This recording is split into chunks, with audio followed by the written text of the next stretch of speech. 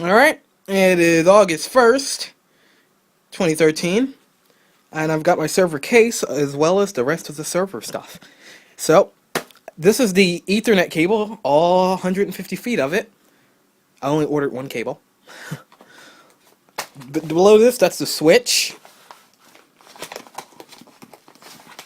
Actually, let me try to move this out the way. And right there, that is the server motherboard. So I'm going to go ahead, unpack some of this stuff, and see where we get with it. And I'm not going to go too much over the products because I really want to see this server turn. And one thing I'm worried about is I haven't powered this power supply up in 1 year, so I don't know if it works or not. But it was pulled from that machine right there, and it was working then. I just upgraded it so I'd have more wattage in my system as I'm running a 6870. So I'm going to go ahead and unpack the stuff and get a good look at the motherboard. So as you can see, there's the RAM. It's only 2 gigs on here, but if you're running Linux, this is not a problem. This board will run Linux. It's got a dual core, Core 2 Duo, clocked at 2.4. That's the North bridge. There's the South bridge. There's the video chip. It's video chip's kind of poor, but what can you do? This is a very rather old legacy motherboard. And again, this is a server motherboard. This thing's quite heavy with a processor and everything on it. There's a 24-pin power connector. You got some solid state caps. And all kinds of heat sinks and things. Oh yeah, I'll show you the peripherals on the rear. Dual NICs. So if you want to do dual homing or failover or load balancing, I think it's only supported in server operating systems.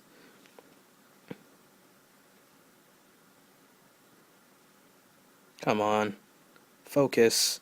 Well, you get the point. That's PS2 and USB. Anyway, so set that back down. There's my Ethernet cable. That is 150 feet of Ethernet cable. That's going to be running from one room to another. This might be overkill, but I got a little scared and said, oh man, if I don't order enough cable, it's not going to reach from one room down the hall and then to my room. And then when that cable is run from that other room, and here's the I/O shield, that's the best thing I like about the sale.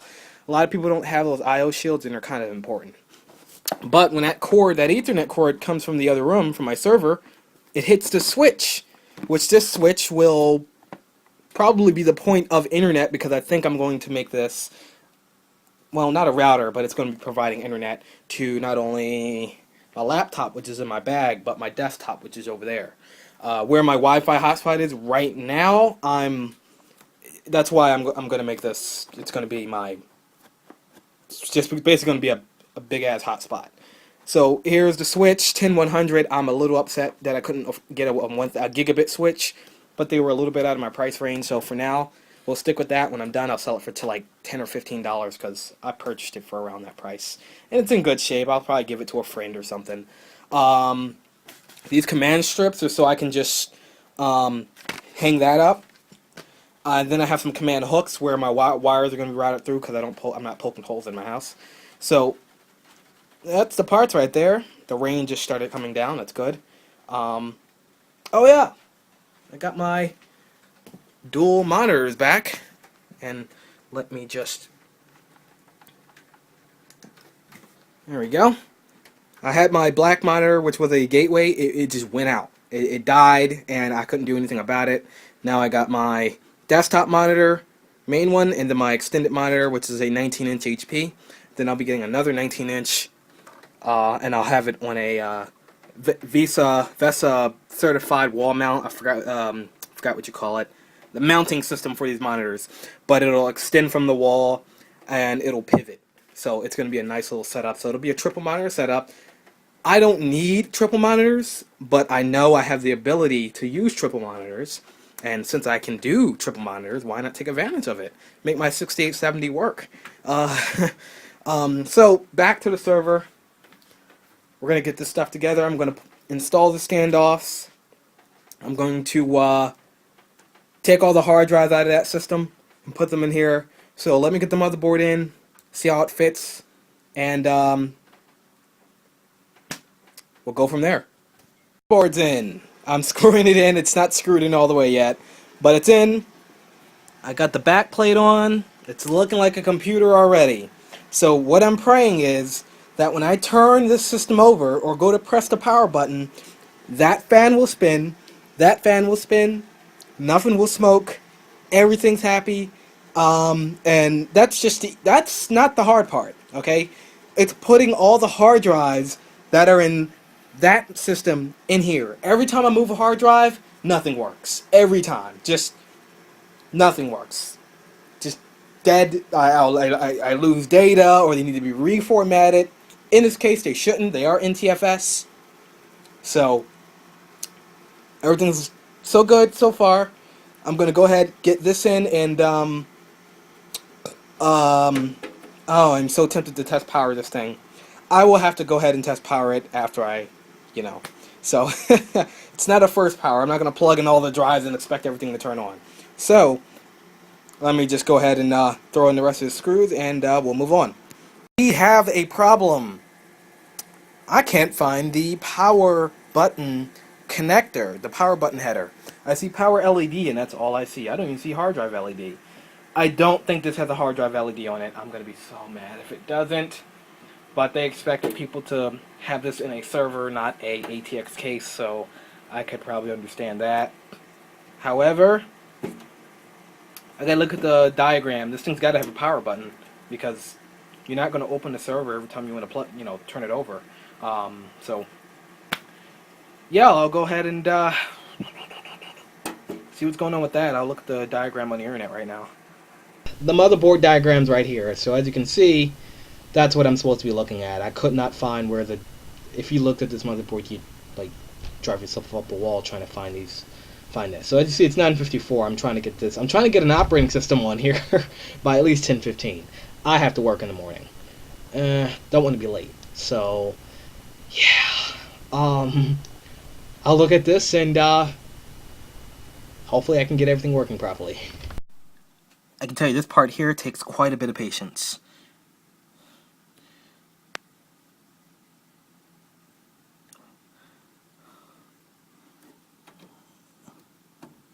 Oh, now I can do it because I have light, but it took me like 5 minutes to even find that connector. Okay, but those connectors are very small to get to, they're very hard to get to, and you gotta have some tiny fingers. So I got it in. Boot drive, Seagate 72.7 80GB Barracuda drive. This is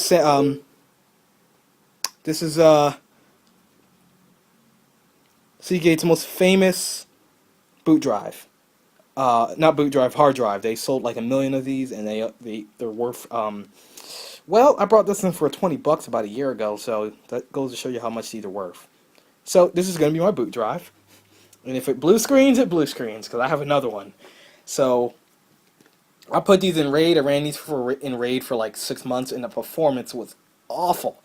I think I got a 127 or something megabytes with 2 of these drives in RAID. I have a Western Digital Velociraptor 10,000 terabyte, 10,000 RPM spindle speed, 150 megabytes per second. So these drives are, and it's the same interface, SATA 2. So these drives aren't that fast. I would never put these in RAID, and I guarantee that you don't want. I bet you a Western Digital green drive would run circles around this one. But I done talk shit about it, and I guarantee you once I plug this thing in, it's not going to work. But okay, moving on. We're ready to go ahead and install our operating system. So I'm going to go ahead and. Oh wow, I'm going to have to rotate this video. I just noticed the camera did not put itself in the 1920 by 720 or 19 whatever, I forgot the resolution, 1280 by 720 resolution. It's going to be like this, portraits to landscape. I just noticed it. But anyway, let's go ahead and get this all plugged in. I got all the fans plugged in and the hard drive plugged in, and we're gonna see if that hard drive still works. It's been sitting in the closet for a year. So, here goes nothing. Walking into the server room, or bedroom with server in it. Server, monitor, keyboard that I'm gonna now free up. This is my backup hard drive. It's got a whopping 500 gigabytes, which used to be large. Which used to be a large amount of space several years ago. Now, having 500 gigabytes, it's like having a 150 gigabyte hard drive now. So, we're gonna go ahead and test power this on. I know the power button works. but I don't know if the LEDs work. So here we go.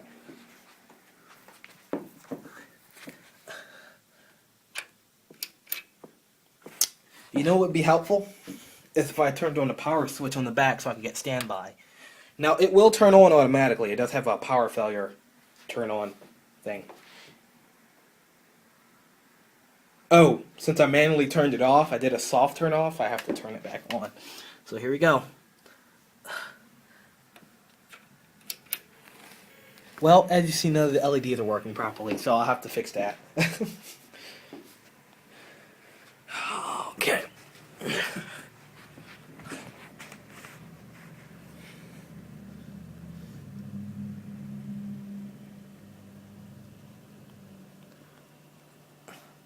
Wow, it's flying past the oh, what is all these utilities are popping up, but I can't click on anything. Yeah, it's trying to boot from the PXE, the Ethernet. It's trying to boot from that for no apparent reason. And now that it sees the hard drive, it think it can boot from that, but it can't. So let me go ahead and get to the installation screen of Windows, which we are all familiar with. Yay, I just found out it'll boot via USB. You see right there? It'll boot to a USB key, or USB H drive, or USB CD-ROM. Great. Most desktop motherboards wouldn't be able to do this. Alright, so here's my Seagate. I'm gonna have this, let me see if I can, so my drive is first boot priority, but for the sake of this, I'm going to have a USB key.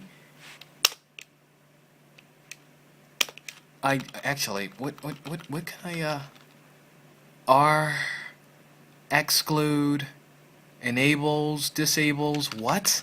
Okay, there's a lot to go through in this BIOS. Exclude it from boot order. How do I add it to boot order? Alright, configure up and down, device up and down, F, R for fixed, X to exclude, or include. So I'm going to include the USB key by hitting X. Yay! Now I'm going to move that up in the priority. Yay! Okay, we're going to hit exit save changes. I'm going to run and get my USB flash drive.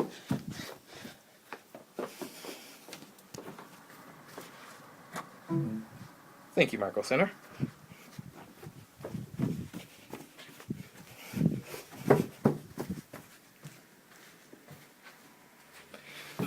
Okay, gotta get to our boot screen here because I'm just going to plug. If these headers are working properly, actually plug it into the back of the motherboard.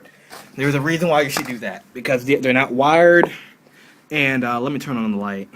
So there's the reason. It's not wired. It's like it's hard. It's soldered onto the motherboard. So there's really no connection failure that could possibly happen. So I'm plugged into the back of the motherboard. And actually, what I want to see, I'm gonna unplug this. There is a boot thing on the motherboard. There's a USB right there on the motherboard. So I'm gonna turn off the computer and then plug this in and see if it works. That means the best thing about having something like that is running Linux off of a flash drive. If you're doing any kind of maintenance and or testing, and you're going to be running Linux, you don't want to install it and wipe out your whatever OS that's on your hard drive. So let me go ahead and start this back up. I just want to see if this works. I want to see if it beeps and screams like it usually does, because something's not working properly. Okay.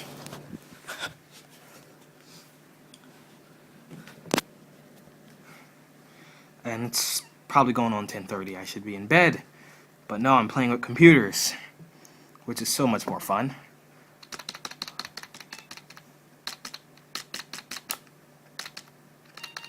Oh, come on. Alright. Yeah, it knows I'm in the BIOS now. Okay. Native operation mode. So there we go. I'm looking at this now. It says serial ATA.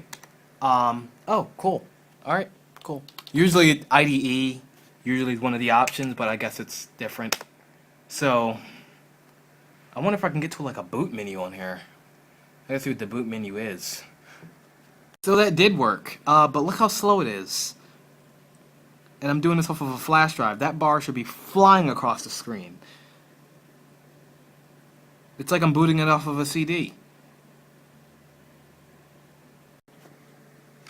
Alright, we're at the familiar Windows screen. Yes, it's Windows 7.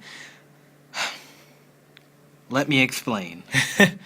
Windows 7 has basic file sharing features that I like, and for now it'll run Windows 7 maybe for about 6 months. I need to learn Linux. I'm learning, so that's why it's not running Linux or even Server 2008.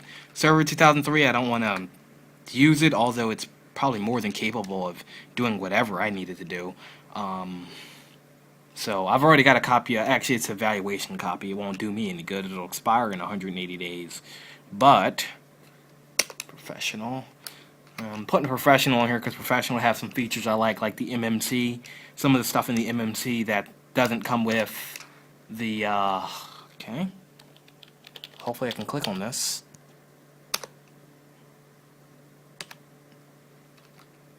Okay. Alright, I gotta figure out how to get that selected without plugging in a mouse. You just press A for accept. It let me through. So this will be a custom install, not an upgrade. No drives. Click load driver. Oh, come on. Really? Are you serious? Are you serious?